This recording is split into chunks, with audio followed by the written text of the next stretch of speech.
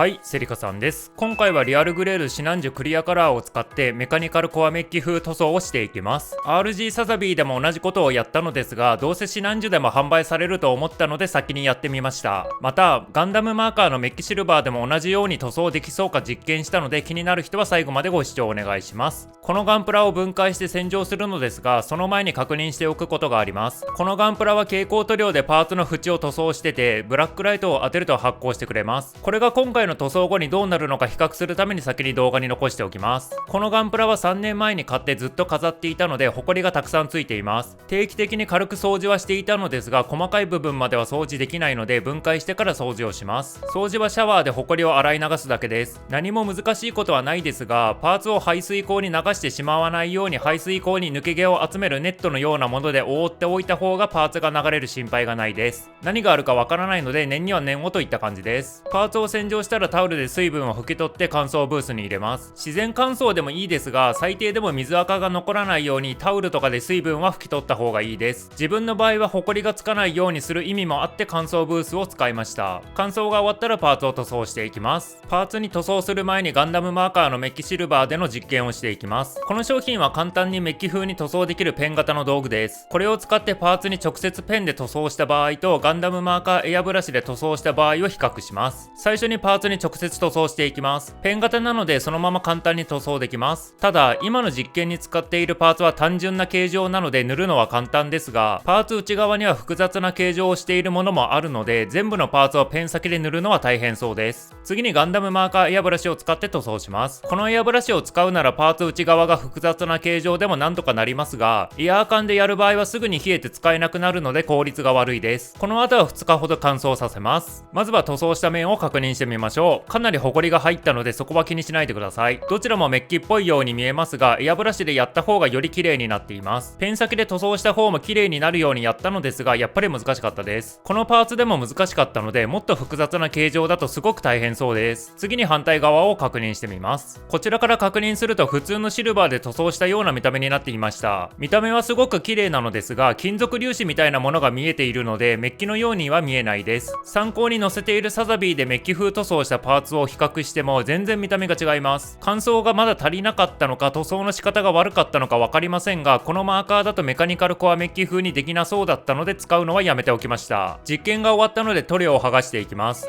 キッチン用マジックリンを使えば剥がれるので、綿棒に含ませて少しずつ塗料を取り除いていきます。と思っていたのか。やっぱり面倒なんでマジックリンの海に沈めてさっさと綺麗にします。これぐらいのパーツならこうやった方が楽だし早いです。塗料がある程度剥がれたら水でマジックリンを落とします。結構滑りやすくなっているので、容器内でパーツを洗った方がパーツをなくすリスクがないです。塗料が落ちたら実験終わりです。この後は普通に塗装していきます。ここからはメッキ風の塗装をしていきますが、その前にマスキングテープでパーツの表面を保護しておきます。パーツの裏側を塗装するので基本は大丈夫ですが、間違って塗装してしまうかもしれないので一応やっておきます。またマスキングテープを持ち手で挟んで固定できるので塗装する時に便利にもなります。マスキングをしたらパーツの内側を塗装します。この塗料は値段が高いですが、最初から希釈されててすぐに使えるし、隠蔽力も強く、塗装した見た目も綺麗なので値段相応の価値があります。ただ最近は何でも値上げばかりなので、この塗料も値上げで2000円近くなりそうで心配してます。塗装が終わったらマスキングテープを剥がして確認します。この塗料は剥がれやすいので触らないように慎重に作業します。パーツを確認するとしっかり塗装できていることが確認できました。本当に見た目が好きな塗料なので、なんとか値上げだけは勘弁してほしいです。あとはこんな感じで全部のクリアパーツを塗装していきます。次にクリアレッドを塗装していきます。塗料はガイアノーツのクリアレッドを使用しました。前回のサザビーの動画でクリアレッドの実験をした結果、この塗料の見た目が良かったので今回も使用しました。塗装はかなり濃いめにやって、サザビーと同じぐらいの見た目になるようにやっています。左がクリアレッド塗装前のパーツで、右がクリアレッドを塗装したパーツです。左のパーツがオレンジっぽい色ですが、右のパーツはクリアレッドで塗装した色に変わっています。今回使ったクリアレッドは暗めですが、シナンジュの場合はもう少し明るめのレッドでもいいかもしれませんね。ブラックライトを当てて蛍光塗料がどうなるのか確認してみます。クリアレッドを濃いめに塗装しましたが、蛍光塗料は反応してくれました。蛍光塗料をどれだけ濃く塗装したかによると思いますが、割となんとかなるみたいです。ちなみに内側はキャンディー塗装のようになります。今回はクリアパーツの内側に塗装しているのでほとんど見えなくなりますが、普通のガンプラの表面に塗装すれば同じような見た目にできます。HGWX を使ってこの塗装をした動画もあるので、気になったらコメント欄のリンクから確認してください。レッド以外のパーツもあるので同じようにクリアアブラックとクリアホワイトで塗装していきました。やってることはさっきまでと同じなので詳しい説明は省略します。この後は内部フレームなど気になった部分を軽く部分塗装していきます。内部フレームのディティールには100均のセリアで購入したプラモ用マーカーで部分塗装します。細かく塗装するのは面倒なので外装パーツをつけた後でも見えるところだけ塗装しました。わざわざ塗料を出して筆で塗装するのは面倒だし、今塗装しているところもほとんど見えないので、そういう時はマーカーでサクッと塗装しちゃいます。軽く塗装するだけでも見栄えは変わるので、こういう塗装用マーカーを持っておくと便利です。イエローのパーツは小さめのパーツが多かったので、筆を使ってスターブライトブラスで塗装しました。さっきのプラモ用マーカーのゴールドはイメージ通りの色ではなかったので、この塗料を使いました。小さいパーツなので筆跡とか気にしないで雑に塗っています。内部フレームではないですが、ビームライフルなどの武装はスターブライトアイアンで塗装しました。元のパーツはグレーのような色ですが、この色を塗装すると重厚感がある色になります。本当はガンメタルで塗装したかったのですが、なくなってしまったので代わりにこの塗料を使いました。元のパーツと比較するとかなり違いが出てきます。元のグレーもいいですが、自分はこの色が好きなのでよく塗装しています。内部フレームもやろうと思ったのですが、ほとんど見えなくなるし面倒だったので今回はやめておきました。部分塗装が終わったら組み立てていきます。塗装が全部終わったので持ち手からパーツを取って組み立てていきます。いつもは光沢クリアを吹くのですが、今回は光沢クリアを塗装しないことにしました。サザビーには光沢クリアを塗装しているのですが、光沢クリアの有無の違いを比較したいので、シナンジュには光沢クリアを塗装しませんでした。せっかくなので組み立て終わった状態で比較をしてみましょう。